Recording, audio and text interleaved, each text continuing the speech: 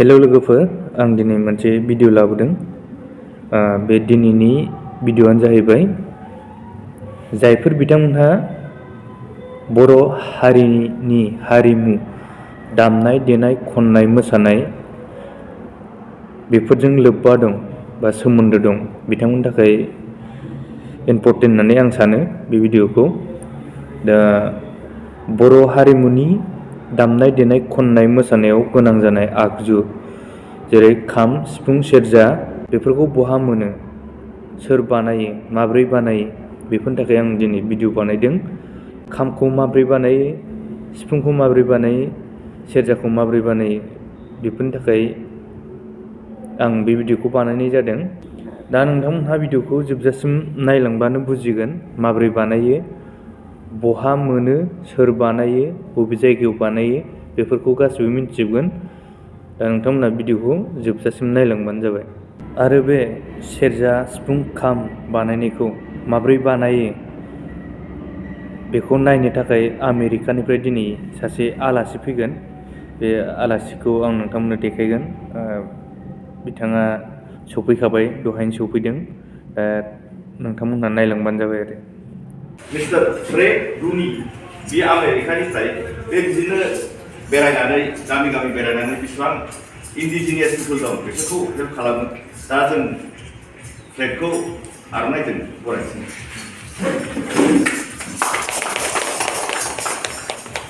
बिथाङानोमोन आमेरिकानि आलासिया।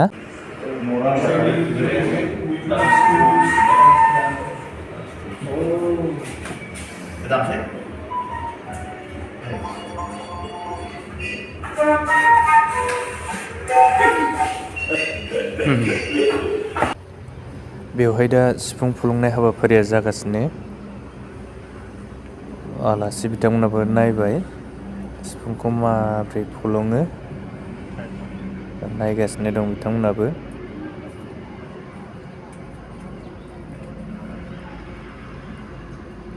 बिथाङानो नै सिफुं फुलुंग्राया बारलांफा सार, बिथाङानो बानायो।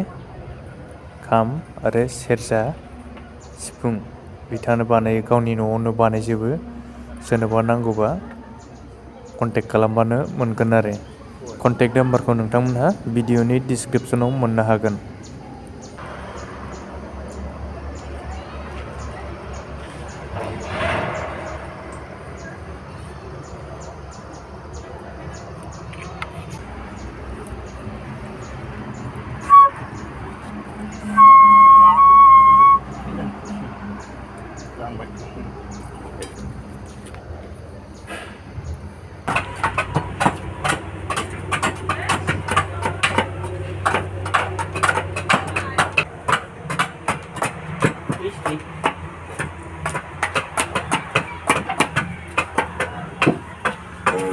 जानाय मडेलाव बियो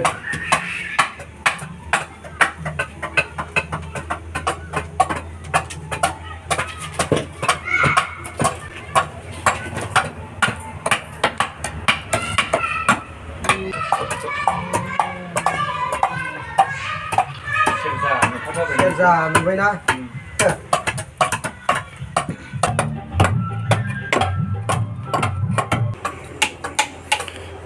बेसेबां जाखोनोसै दाननाया बेखौ? दाननाया आं 3.5 मास जाबाय। 3.5 मास। सानसेयाव गंबेसेसिम हायो? मथा मथि सिनो ओंखारना सिनस्रि सानाय लाबथाबनानै दानोब्ला बिदिनो हायो गंथाम गंब्रैसिम। ओरैनो बेबायदि मडेलल' बानायनाय ना? औ, फुरा कमप्लिटथ' हानाय नङा। रानहोलांनांगौ जायोना। औ। राननांगौ नङाबा सिफुङा गल'लाबायो। नै बिसोर जाखाजोब्बाय, माने 100आव 90% जाबाय आरो बेयो। दा बेखौ एसेल' खालामनांसिगौ, एसेल' दाननांसिगौ आरो। दा बेबायदि खालामखाजोब्बाय। बाहाय खमैबो 50टा दं, बेयाव 50टा दङ आरो मेरला दंबावो आरो ओरैहाय दंबावो, मेरला दं, 300टासो दं आरो। नै बिसोरखौ दानगासिनो दा, नै बिसोर दानगासिनो बिलाइ, बे मडेल दानगासिनो आरो। नैबेनो जोब सेरजा दामग्रा अस्त्रआ बेजोंनो दानो बावनो दंजोबो गासिबो नैबे मेचिन दंफां हाखावग्रा सेरजा बानायनो थाखाय दंफां हाखावनांगौ बेजों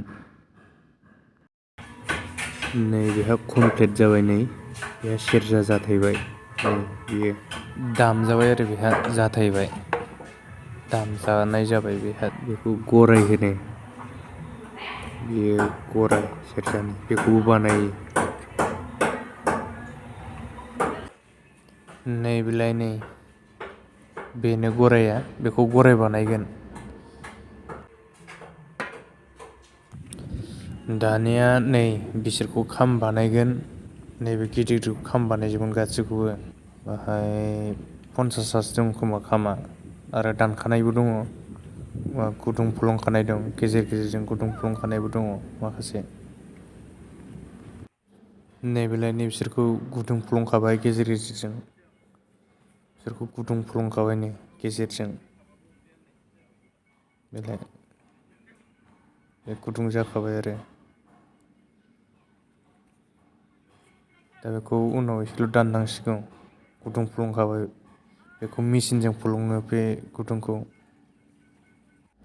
दानिया नैबेखौ नायदो नै बिसोरखौ गुदुं गुवार खालामजोब्बाय बिसोरखौ थुमबानो दामजानाय जाबाय आरो बिसोरो एसे फोसाबनानै थुमनानै दामबानो बेयो दामजाबाय दा बिसोरखौ गुदुं गुवार खालामजोब्बाय दहायनिया गुदुं गुसेब गुसेबमोन फिसा फिसाल' खालामदोंमोन दा बिसोरखौ गुदुं गुवार गुवार खालामजोब्बाय आरो बाहाय 40तासो दं खोमा सोरनोबाफोर नांगौबा कन्टेक्ट खालामनो हागोन आं कन्टेक्ट नाम्बारखौ भिडिअनि डिसक्रिपसनाव होनानै दोनगोन